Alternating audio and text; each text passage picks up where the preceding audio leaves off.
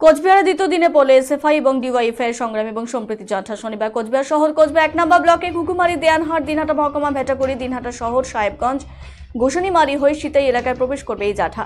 এরপরে শীতলকুচিতে সবার পর এখানে রাত্রি যাপন করবেন জাঠায় অংশগ্রহণকারীরা। চলতি মাসে ১১ তারিখে জাঠা শেষ হবে কোচবিহার জেলার হলদিবাড়িতে। এরপর মেখলিগঞ্জে হবে সমাবেশ।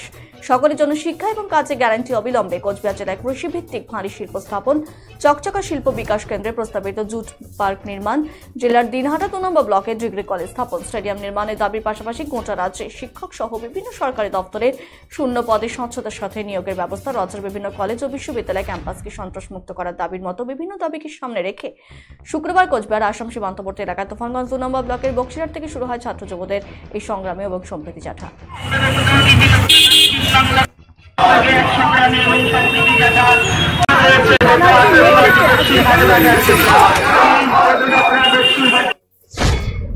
দেখুন, মানুষের রুটি রুজির লড়াই, বেকার যুবকের কর্মসংস্থানের লড়াই, শ্রমিক তার ঘামের দাম, কৃষক তার ফসলের দাম, গোটা বাংলা জুড়ে শিল্প কলকারখানা এসব কার্যত লাটে তুলিয়েছে এই সরকার।